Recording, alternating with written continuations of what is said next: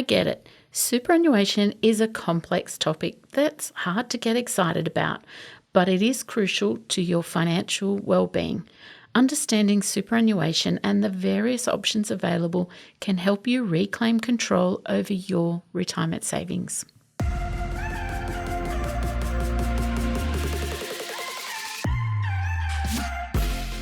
Welcome to Dollars and Dreams, the podcast designed to empower you to take control of your personal and business finance. You know, the very thought of money and finance can often send chills down your spine and stir up fear of the unknown. But let's change that narrative together. Through this podcast, my goal is to not only to provide you with useful information, but also to inspire and motivate you to take action towards your own financial goals. Let's rewrite your money story together.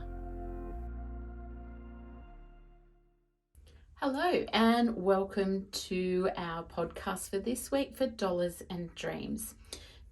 Today I want to talk about some of the myths and misconceptions that I hear around superannuation in the role that I do in my day-to-day life. It's one of the forgotten investment strategies that a lot of people have. So we tend to have two camps. People who are very invested in their superannuation and take an active role in it, and then other people that just think that it's in the background and they don't need to worry too much about it. Let me be very clear here. Your superannuation will generally be the second biggest asset that you will ever own. Generally, your home will be your first or biggest asset, but your superannuation will be your second biggest asset. Superannuation, of course, is your retirement savings, and it's where you save for the wages that you will get in retirement when you're no longer working. But superannuation is much more than just retirement savings and an income in retirement. It's a place where you can save for your first home. It's a place where you can have some personal insurances, so things like your income protection or TPD. It is also a place that you can save for what we call a transition to retirement. So that's where you continue to work but reduce your hours, and you take money out of superannuation to top up your wages. It's also a place that you can invest your money when you downsize your family home. Because of course, with most of us, we have a bigger home during our years where we're raising our family or when we're working. But when we get into retirement or closer to retirement and our children have left home, we find that the home that we're living in is too big for our needs. So we tend to downsize. So there's lots of things that you can use your superannuation for, but it is important to remember that its primary function is to save for retirement, so to give you a wage in retirement. The reason that a lot of people bury their heads in the sand and don't actively take an active interest in their superannuation is because it can be confusing. There's lots of acronyms inside super, there's lots of rules and regulations, and because for some people they see that superannuation is too far away for them to worry about.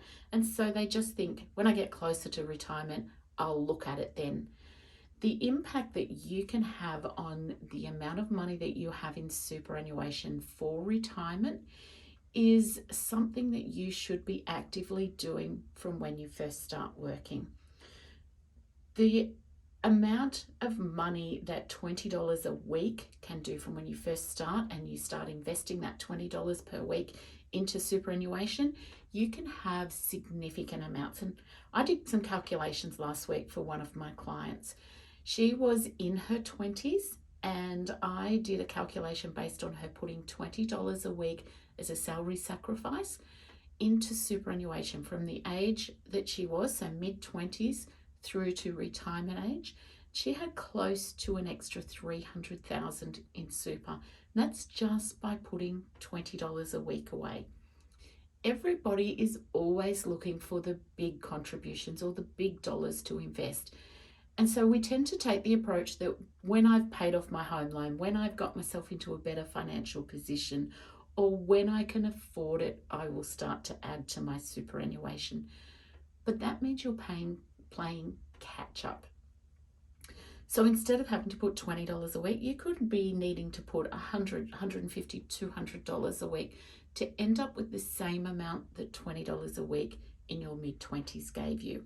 So it's important that you realize that this investment is yours to take control of, yours to be involved in, and yours to actually make it work for you. One of the other things that I hear with superannuation is that the government can take it on you, or the rules will change and I'll lose all my superannuation. Let me be very clear, your superannuation is protected through legislation. There's lots of government rules around who and when you can access it, the investment of it. And so it's just one of those myths that is around that says that it's the lack of knowledge, that people are fearful of superannuation because they don't know how to do it and they don't know how to deal with it. So in today's podcast, I'm going to go through some of the myths and misconceptions that I hear regularly with people that I work with. As a financial advisor, superannuation is a big part of what we do on a day-to-day basis for our clients. So I'm going to bust some of those myths, and I'm also going to tell you how you can take an active role in your superannuation. So the first myth that we hear all the time is the one that I just mentioned. The government can take all of your money and you'll have nothing. They can change the rules. Yes, the rules do change in super, but they're never changed to be a negative for you. It's always changed to be a positive. So by that I mean that the rules when they change are to give you more control over your super, to have less charges and fees, to stop investment houses and superannuation funds from taking more money than they should. So every rule change is made a situation better for you as an investor. The other one that we hear all the time is superannuation is something that I don't need to worry about until I get closer to retirement. And as I said, this big impact is from small regular deposits. The advantage of that is, one, it doesn't have such an impact on your budget to find $20 a week or even $20 a month. That doesn't have as big an impact as you having to find $5,000 or $6,000 or $7,000 later on. It also gives you the ability to let compound interest do its magic. And compound interest, as you know, is interest on top of interest on top of interest. So when you're investing early, that money that you're investing has a lot longer in the market. So it's invested for more years. That's all that term means. So when you earn interest, that interest is reinvested and it also earns interest as well as your original investment. So that is what compound interest does, and it allows you to grow more quickly, to your investment to fulfill your needs more quickly, and to build a bigger surplus inside your superannuation. The other myth that I want to bust now is we hear quite often people will be saying superannuation is an investment in itself. Superannuation is not an investment in itself. Superannuation is the bucket that holds your money, or it's a trust fund. So that bucket receives your super guarantee payments from your employer if you're employed, or any other deposits that you put in, either through salary sacrifice or as an after-tax deduction. Inside that bucket is where the investments happen. And this is where I say that you should take some involvement in your superannuation, because how that money is invested determines how much money it makes for you in retirement. So if you're, for example, invested mostly in cash, your return on that income will probably be less than the return if you're invested in shares.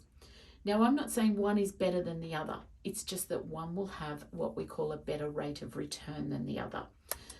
Obviously, you need to look at things like your comfort with risk. So if you're not a person that is comfortable with shares, then you shouldn't have your superannuation invested in shares. If you're a person that's not comfortable with the lower returns by being invested in term deposits or in cash, then that's not how you should invest your money.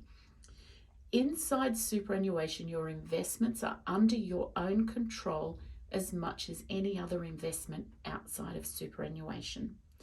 There are some limitations if you're in what we call industry funds. That's the one that you see advertised, compare the pair.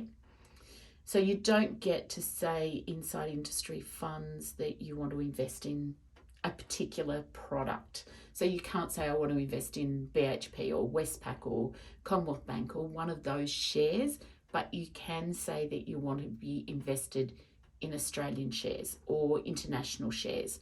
So there is a certain level of control that you will always have inside your super. Of course, that brings you to the question of how do I know what my risk profile is? And that's what I said is your tolerance to risk. So there's lots of questionnaires that you can do. Money Smart have them. Most of your super funds will have a questionnaire where you can go through and answer a series of questions.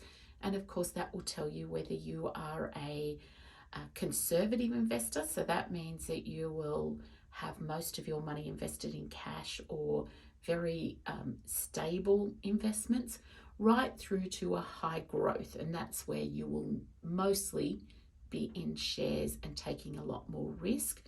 Risk, of course, is not that you will lose your money. And I need to be very clear with that. A lot of people think that when they have a risky investment that they're going to lose some of their money.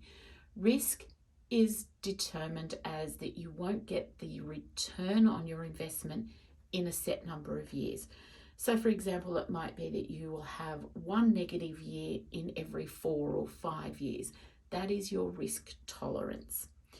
So we have conservative right through to high risk categories, and there's actually 5 of them.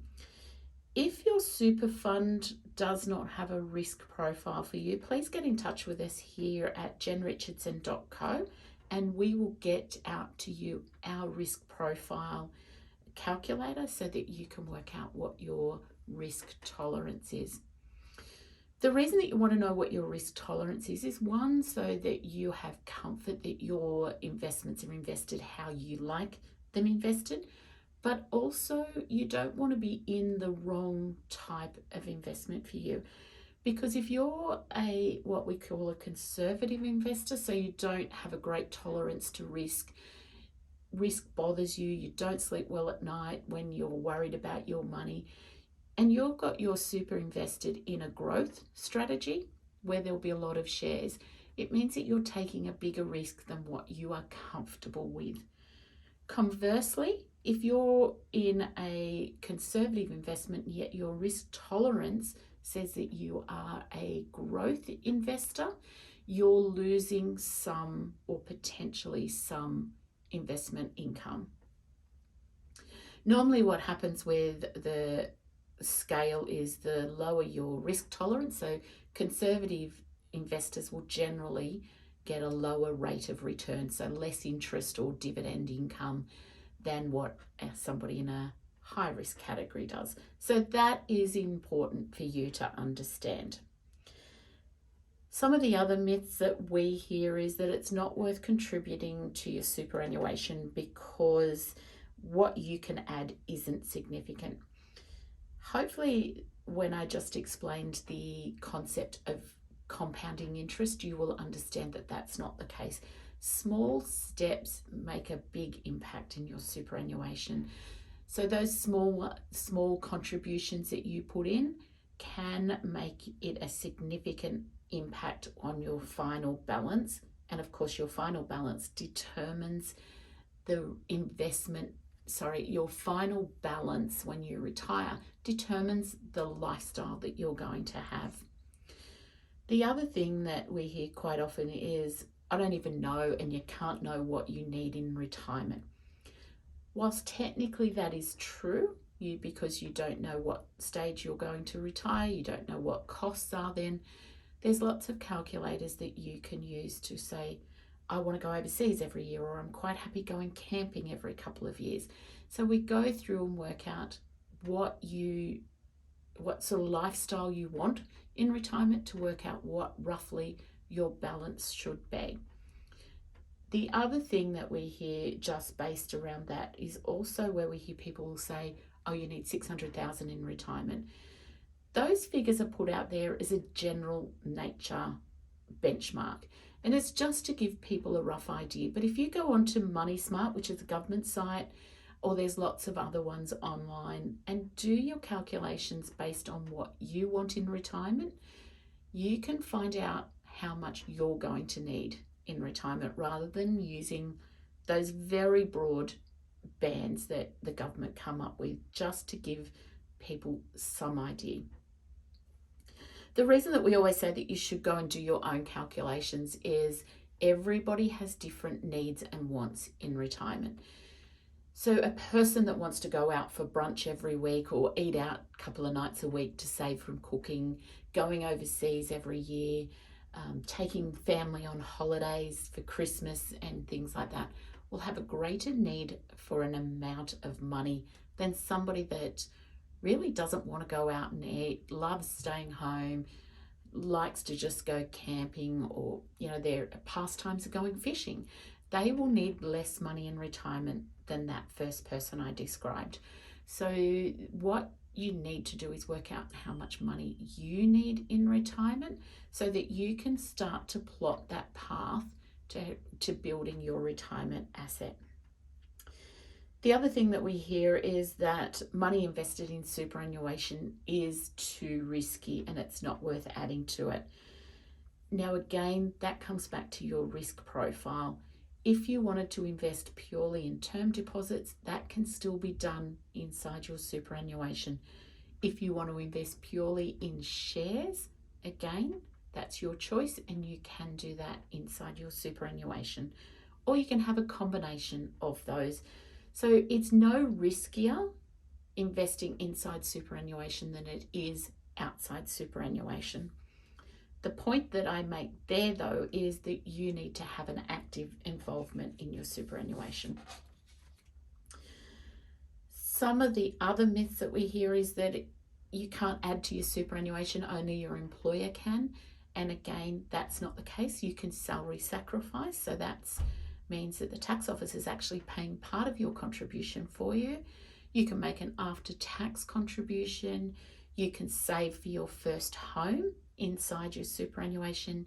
You can do downsizer contributions. If you are a low income person, your spouse can actually make a contribution to your super and get a tax offset for you. You can also make what we call a co-contribution to your superannuation, and that's where if you're a low income earner, you put a certain amount in and the government will give you something as a bonus. One of the other things that we hear is that superannuation is only for the rich. The poor will always be getting aged pension through Centrelink. And again, that is so far from the truth that needs to be busted right now, that myth. The aged pension was okay when we used to die quite young, but most of us now are living well into our 80s and 90s. And whilst the amount of aged pension is probably enough when you get quite elderly and you don't want to travel or eat out or you have no need to buy new assets, it definitely is not going to be enough for most people when they first retire.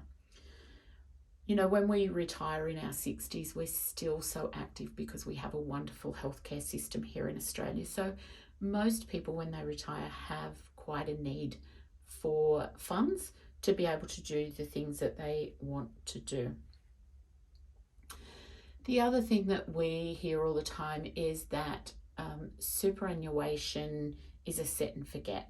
I looked at it when I first set up my superannuation and now it's fine. Again, you wouldn't do that with anything else that you've invested outside of super, so you shouldn't do that inside your super. Superannuation is definitely not a set and forget. You should be looking at your superannuation because your risk profile will change as you age. For some people, that can mean they get more tolerant to risk, so they want to invest more into shares. Other people get a little bit more conservative as they get closer to retirement, so they want to move their investments out of some of the share portfolios they've got and move it back more into cash and bonds. So it is important for you to take an active involvement and not just set and forget. You also find some of your industry funds have a determination of how your money will be invested at certain age bands. So they'll invest more in growth strategies when you're younger. They'll move more into a balanced investment portfolio when you get more towards your middle age. And as you move closer to retirement, they'll automatically move your superannuation into a more conservative investment. And that's fine if that is your risk profile or that's what you're comfortable with. But if that's not what you want, again, we go back to you could be losing investments and you could be losing income because you're in the wrong risk profile. So please take an active role in your superannuation, and please make sure that you are constantly looking at how your superannuation is invested. You don't even have to stay with the same superannuation fund.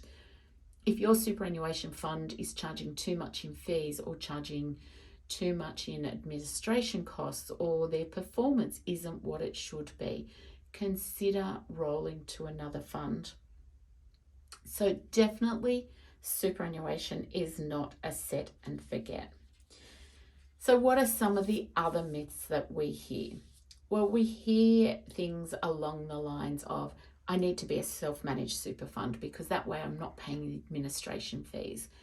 For most of us, a self-managed superannuation fund is not what we need, unless you're going to be actively involved because you are then the fund manager. So it's up to you as the trustee of your SMSF to make sure that you're investing the money wisely.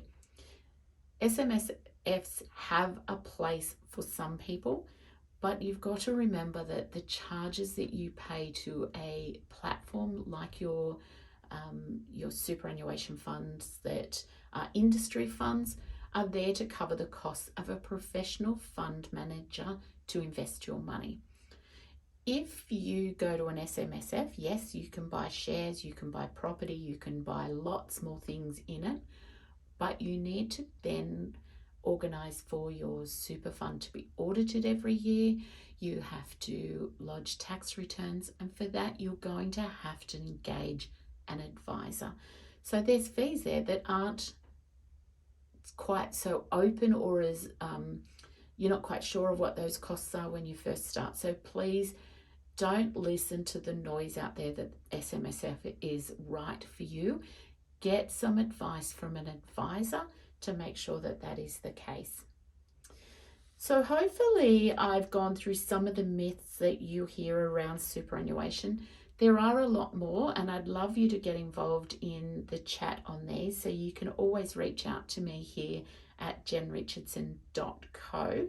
But I just want to finish off with a couple of statistics for you. So this might show why I'm trying to get you to actively be involved in your superannuation. There was a survey recently of 2,000 Australians which found that many worry about how much super they have for their retirement. This survey found that 67% worry that they will not be able to fund their retirement. Only 30% were confident that they would have enough in superannuation savings to live the life that they want in retirement. And 34% of women said that they have not enough super or anybody else who can help them live in retirement. The fastest demographic of homelessness in Australia is women over the age of 55, and that's because when we are getting towards retirement age, we don't have enough superannuation, we can't work. So it is important that you actively look after your superannuation. As I said in one of my myths, you need to look at your superannuation to determine if it's the right fund for you. So that's about knowing your numbers. You should look at your fund independently of everything that you read on their website, everything that you hear in the media. So look at how much your fees are per annum. Look at how much as a percentage your income is to your balance. So that's what we call your rate of return. So it's a nice simple calculation. Look at your earnings and divide it by your balance. You need to make sure that that is reasonable. The other thing to remember when you're looking at your numbers is the government does actually put out a naughty and nice list. So every 12 months, they will put out a list of superannuation funds that are either overcharging in fees compared to their performance or underperforming as they should be. So reach out if you need to get a copy of that report, but it is important when you're looking at your superannuation to make sure that you have a look at that naughty and nice list to see if your superannuation fund is on the naughty list. If it is, you should consider moving it to one of the ones on the nice list. Before you consolidate your super or roll your superannuation, though, it is important that you have a look at any insurances that are in your fund. Because, of course, if you've got some income protection or life insurance or TPD insurance inside your superannuation, and you've had some health changes since you got that insurance, you may not be able to replace that insurance policy in your new fund. This is the beauty of seeing an advisor, or in my superannuation course, Super Savvy Woman, we go through a lot of those things that you need to look at before you roll. If you can't roll into a different superannuation fund because you have insurances in there, there are some strategies that you can do to keep those keep those insurance policies, but still roll to a better performing fund. The other thing that we need to be conscious of is what we call the gender pay gap. We'll do a podcast on that in coming weeks. So the gender pay gap is the difference between the wages of an average male and an average female. And of course, superannuation is tied to our wages. And so we've got some strategies in an upcoming podcast on how you can counteract the effect of the superannuation pay gap on your superannuation balances. So what I want to do just before I wrap up here is to give you 3 simple steps that you can do to maximize your super. They won't take you very long to do, and they are 3 steps that you need to do as soon as you possibly can. So step number 1 is I want you to regularly check your savings. So as we know, we get our superannuation report sent to us about every 6 months, but that can sometimes be a couple of months after the 6 months ends. Most superannuation places now have an app. Download that app or get a login for your superannuation website. You should be regularly checking your superannuation fund to look at things like your fees. Look at what your investments have grown by.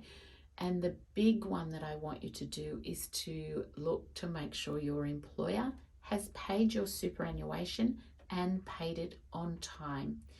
So, of course, your superannuation needs to be paid as a minimum every quarter. And it's much easier to chase your employer if they're late as soon as you realise they're late instead of waiting a couple of years or even a few months. So number 1 is to check your superannuation savings regularly. Number 2 is to simplify your super. So have a look to see whether you're in a good fund. As I said, jump on and find that government report to find out whether you're on the naughty or the nice list. Have a look at the insurances inside your superannuation if you have them, because you may not need all of those insurances anymore. So you may be overinsured, which means part of your superannuation is going to an insurance company unnecessarily, or it could be that you're underinsured, and that means that you will have financial difficulties if something happens to you. The other thing that you should do is jump on to the tax office's website or onto your MyGov. Do a search for any lost super. And particularly if you're my age group, when compulsory super first came in, it was your employer that decided where your superannuation went. So if you had a number of part-time or casual jobs, or even if you changed jobs regularly, you could very well have had 4 or 5 or 6 superannuation funds. So it's important to get on and find out if you've got any lost superannuation. If you do, consolidate that into whatever fund you're currently using. The advantage of that, of course, is that you're not paying all those fees in 6 different or 5 different funds. It also means that you've got all your money invested in the one place, which makes it easier for you to manage and take control of it. And my third one is probably the one that I want all of you to do. And that is to plan to save more. And this is where I was talking about making those additional contributions, making small regular payments so that compounding interest can do its magic, making small payments so that it doesn't impact on your budget, and making small payments so that you are regularly investing in the market, particularly if your superannuation is investing in shares, because as we know, shares go up on a regular basis. They do have some downturn, and by regularly investing, it's got the chance to average out. So sometimes you'll buy a little bit higher, sometimes you'll buy a little bit lower, but it will average out. One of the biggest mistakes I see with people, particularly when they're getting closer to retirement, is they try to pick that market. So they'll try to invest in their super when the share market's down. It never works. Just put your money in regularly, let it invest, let it get the compound interest, and let it grow to give you the lifestyle you want in retirement. So hopefully today I have covered off some of the myths and misconceptions that you have or have heard around superannuation. I cannot stress enough for you how important superannuation is and how important it is for you to take an active role in your superannuation. If you still have questions, please reach out to me here at jenrichardson.co. You can put a comment below if you're watching this on YouTube, or you can email us over at gotmoneyhoney. If you're ready to learn a little bit more about superannuation and you're not quite sure where to start, Money Smart, which is the government site, has lots of information there. Or you can come over and join me in Super Savvy Woman, which is my course teaching women how to get better at their superannuation and learn all the fundamentals of superannuation. Or of course, I have lots of free resources on jenrichardson.co.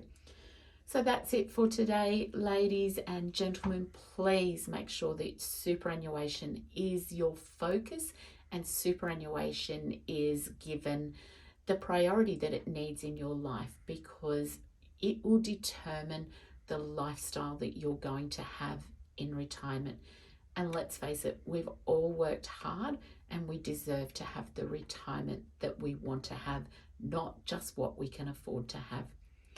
All right, that's it for me. I look forward to seeing you or listening to me next week. Thanks.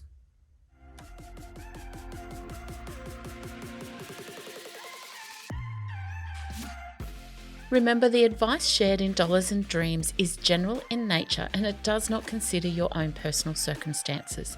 Dollars and Dreams is for educational purposes only and should not be relied upon to make investment or financial decisions.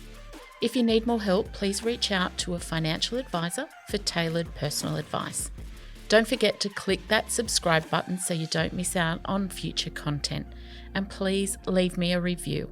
Your feedback really helps me to reach other people chasing their money dreams.